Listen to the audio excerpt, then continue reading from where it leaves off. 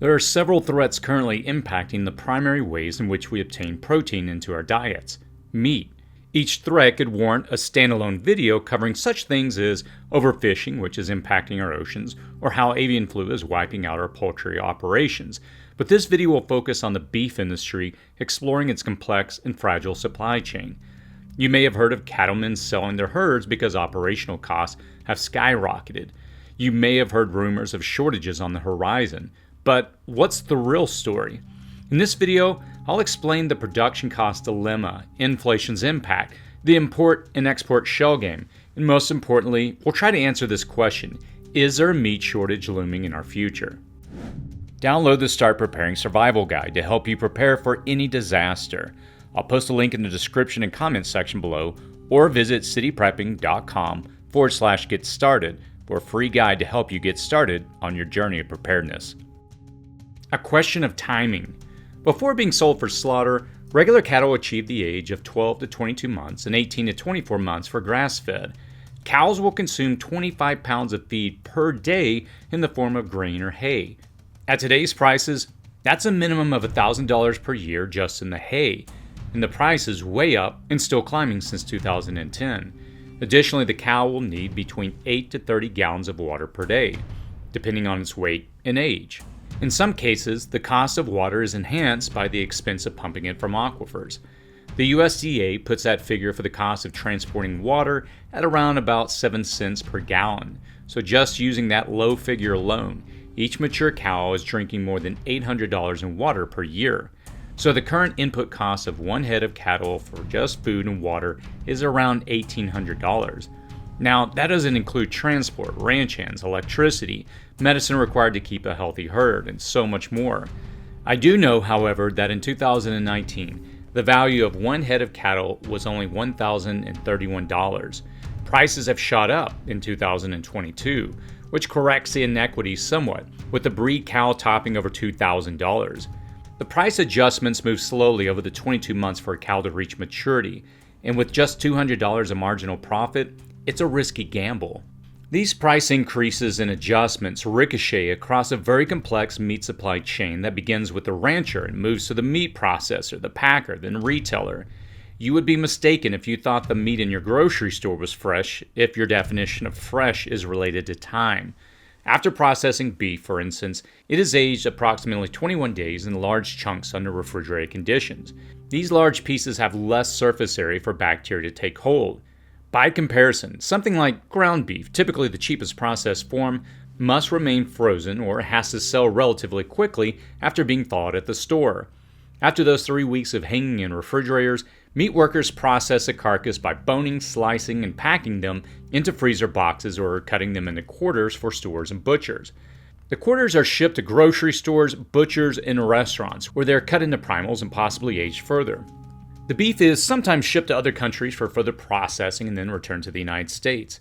In the best case scenario, it is delivered to your grocery store, further processed into smaller cuts you are familiar with, and then packed into an oxygen-free environment.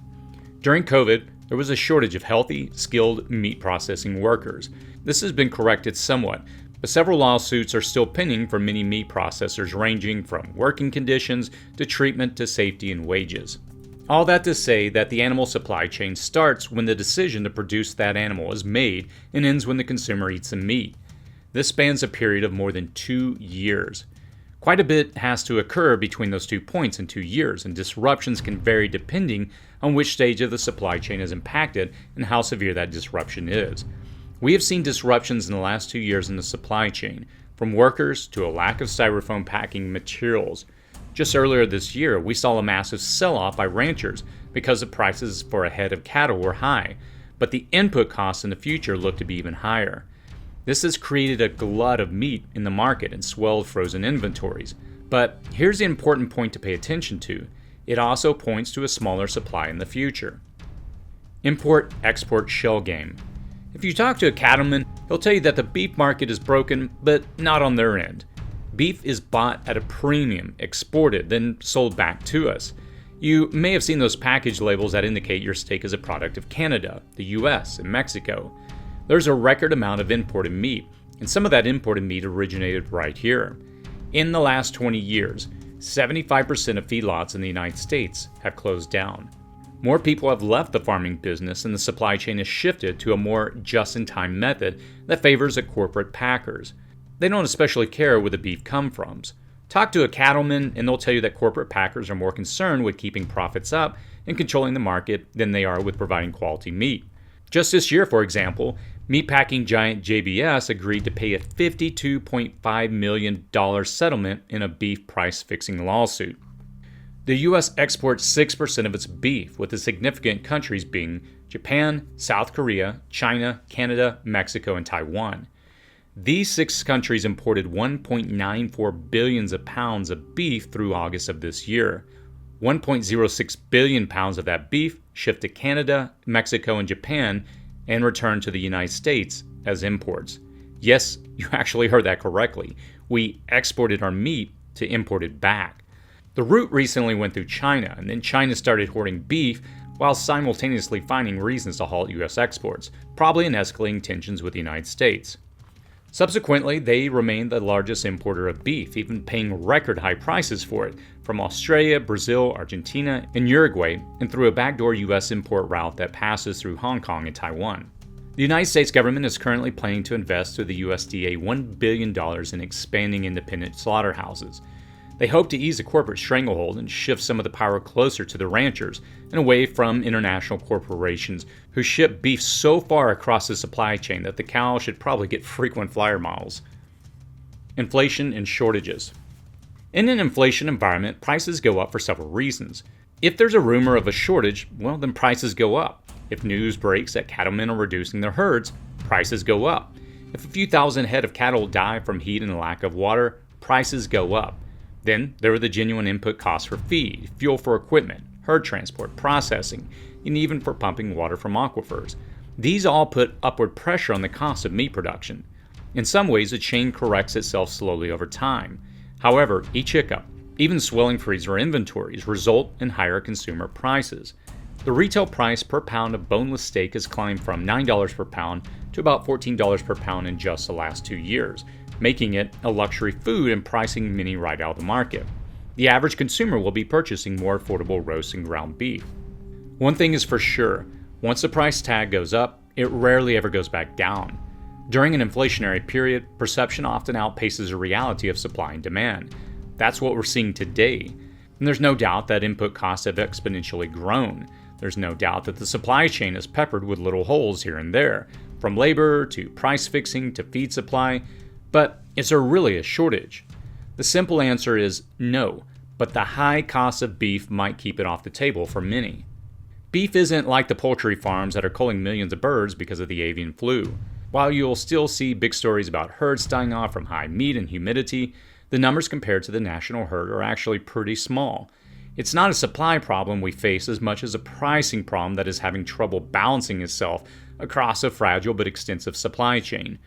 Beef production in 2022 is forecasted to decrease by 2.2% to 27.3 billion pounds. That's a total of 7 billion more pounds than needed to keep every American at the average consumption of 67 pounds per person. There's really no shortage here at the moment or in the near future. Future crisis. Obviously, the mega drought will complicate supply levels moving forward. Reduced water supplies, high heat, and more aggressive wildfires burning up pasture land will be an ongoing problem as this drought and high heat continues into the next year. Skyrocketing input costs will continue to pressure cattlemen to reduce herds or even give up altogether. And these added costs will wreak havoc on the supply chain until they can be adequately absorbed and passed along to you, the consumer. When the herd's overall health is strained, overall genetic uniformity can create an atmosphere where disease can flourish and nutritional quality can deteriorate. Still, we're only seeing this beginning to impact the poultry industry at the moment. Overall, herd health right now remains good. These are all things I am monitoring rather closely. From whatever angle I look at the beef industry in this country, I don't really see a looming supply crisis. Production levels will go down, but as I said, there's still plenty of room for decline before we're in any kind of crisis. Still, cattlemen are getting marginalized out of the equation, and there's a lopsided market controlled by international corporations. These economic issues have to be extreme to impact actual supply. That's not to say that cattlemen won't continue to struggle in the current atmosphere. They will still have their work cut out for them. Here's the deal. There's massive centralization, corporatization, and consolidation, which is really complicating things. There's a labor issue, and there appears to be some price fixing. There are elevated import costs that haven't yet equalized themselves all the way across the supply chain. Drought and weather factors are shrinking the U.S. herd, but there isn't a shortage. Any freezer sections of your local grocery store you see vacant of the product are isolated supply chain issues, not a harbinger of a massive shortage. The only scarcity that we collectively face right now is high prices leading to a shortage of beef on your table. If things change, we're going to let you know. But as a prepper, you should take advantage of whatever low prices that you find now. Try and find local sources closer to your home. Preserve by canning, dehydrating, or even freeze drying if you want to. But do that to save money in the long run and not because you are panic buying for a coming shortage.